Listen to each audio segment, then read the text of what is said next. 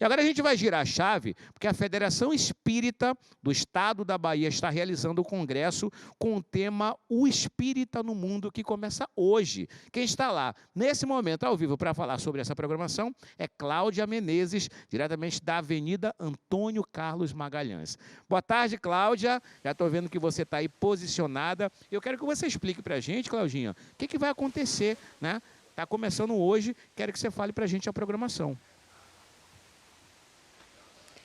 Oi, Alex, boa tarde para você, boa tarde para Léo, boa tarde para vocês que nos acompanham aqui no nosso programa Universo, nessa quinta-feira, feriado. A gente vai falar de um congresso que começa hoje, aqui num hotel localizado no Itaigara, Congresso Espírita, e o tema é O Espírita no Mundo. É a 20ª edição desse congresso. A gente está aqui, ó, nessa sala, é uma exposição de livros espíritas aqui no hotel, mas as palestras, são várias palestras que vão acontecer a partir de hoje, inclusive uma palestra no domingo pela manhã com o nosso líder espírita, Divaldo Franco.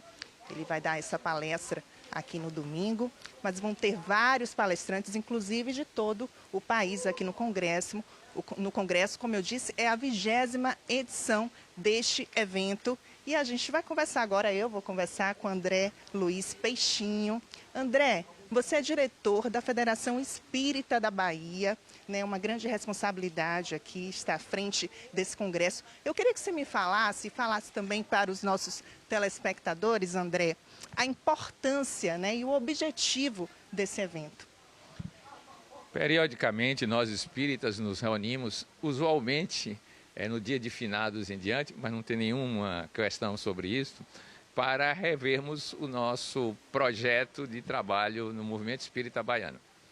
E é claro que, como nós temos um saber que envolve ciência, filosofia, religião e arte, nós precisamos agregar as pessoas para perceberem a globalidade do pensamento espírita e a importância de transformarmos isso em atividades sociais que nos levem a uma nova visão de civilização, um novo modelo de relações socioeconômicas, espirituais, e assim a gente consiga trazer para o mundo uma experiência enriquecedora em matéria de evolução espiritual.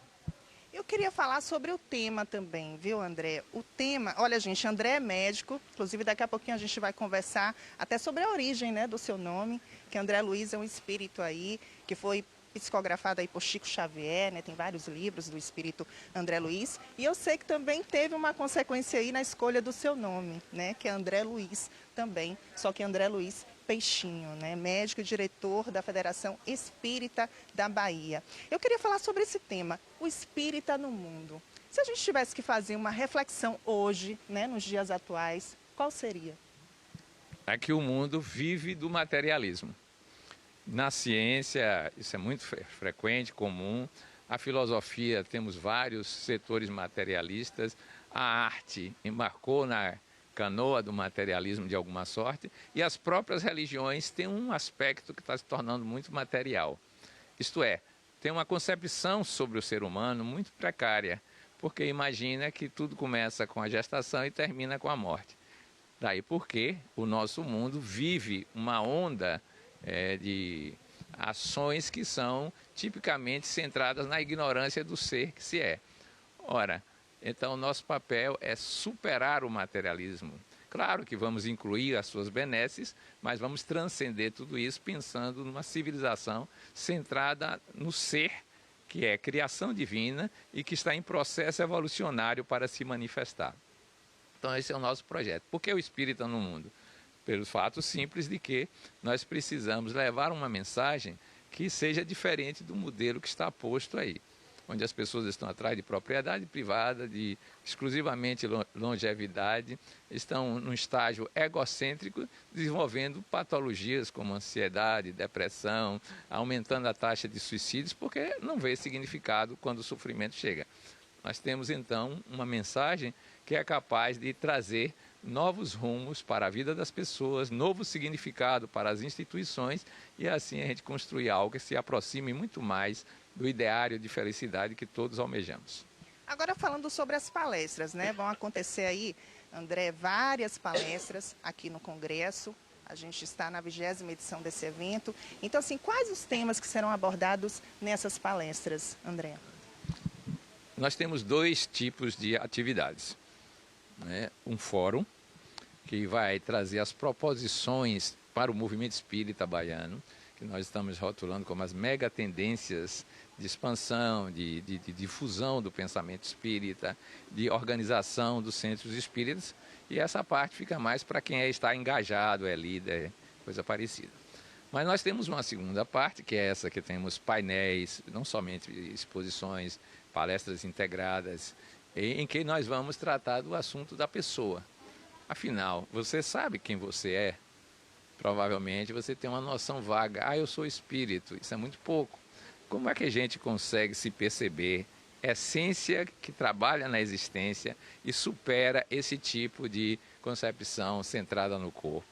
Aí depois nós vamos trabalhar como é que a gente evolui o autoconhecimento, o seu propósito de crescimento, os seus sonhos, suas aspirações, e como é que isso transborda em termos de pensamento e de sentimento para o cuidado com a família, com a sociedade, com o necessário e o supérfluo, que são temas que interessam a qualquer cidadão, agora só que a nossa perspectiva é centrada no espírito.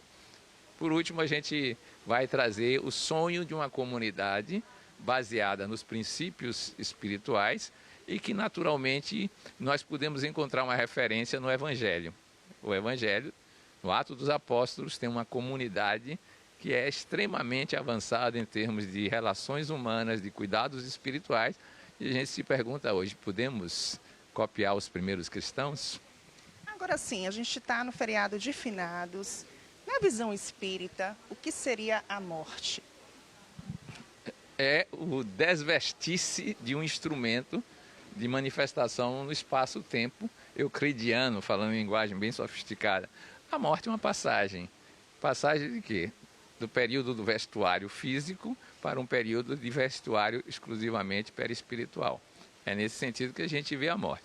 Mas a nossa consciência sobre o mundo espiritual é tão restrita que a morte que faz muito alarido, desespero, sentimento de perda, luto, porque a gente não tem consciência de que continua tudo.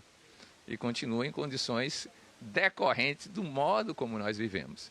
Por isso que a gente trata a morte como um fenômeno relevante que permite crescimentos na hora da morte ou antes, por causa das vivências que se pode ter, mas não conseguimos ver acabar ali. Olha, André, eu estava até vendo um vídeo recentemente de Divaldo Franco, que ele estava falando justamente isso. Para que a pressa? Nós estamos aqui para errar mesmo. Então, assim, não tenha pressa.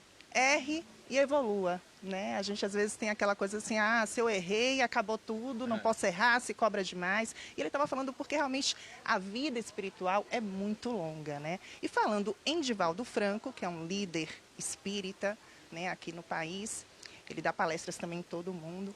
Me fala uma coisa, como é que vai ser essa palestra dele? Eu sei que está guardadinha aí para domingo, a partir das 10h30, viu, gente? Então, o evento começa hoje, às 7h, abertura, e vai até domingo.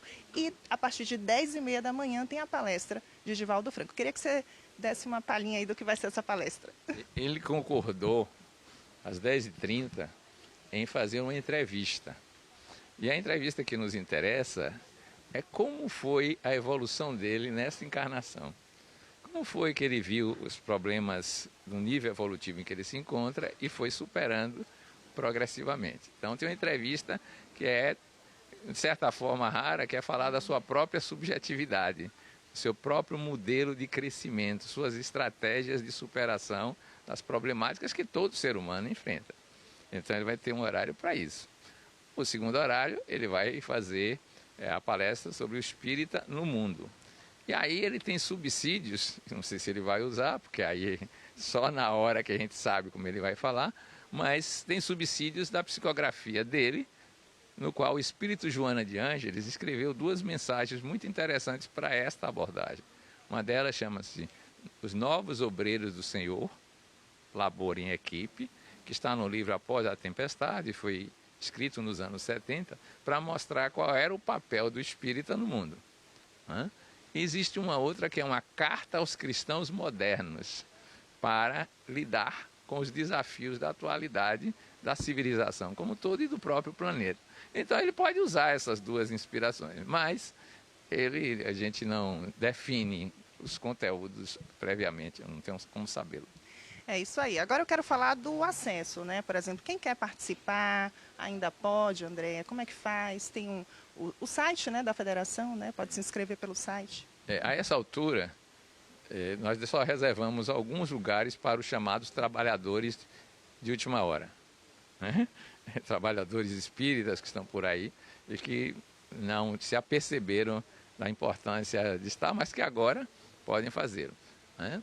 Não são só trabalhadores, simpatizantes e coisas parecidas. Agora, se a pessoa vier aqui, ela se inscreve a partir de hoje, às 14 horas. O site já encerrou o modelo de inscrições, mas no local a gente gosta de acolher as pessoas, embora a gente saiba que o auditório já está recheado. Mas então a gente deixa esse recado aqui, né? A partir das 2 da tarde, ainda dá tempo para você que não se inscreveu, agora presencialmente, né? Tem que vir aqui e com certeza, né, como todo espírita, né, vai ter o acolhimento necessário. Eu volto com vocês aí no estúdio. É isso aí, Cláudia. A gente daqui vai mostrando esse congresso que está tendo início hoje e vai até o domingo e a gente acompanhando tudo, né? É de extrema importância esse assunto, porque a gente precisa entender algumas coisas. Você estava falando, inclusive, aí com ele sobre a questão da passagem, né, da morte. Hoje, no dia dos finados, a gente precisa ter uma compreensão, uma amplitude no conhecimento em diversos assuntos, né? Inclusive nessa questão de vida após a morte, de todo esse processo de desapego, essa questão da passagem.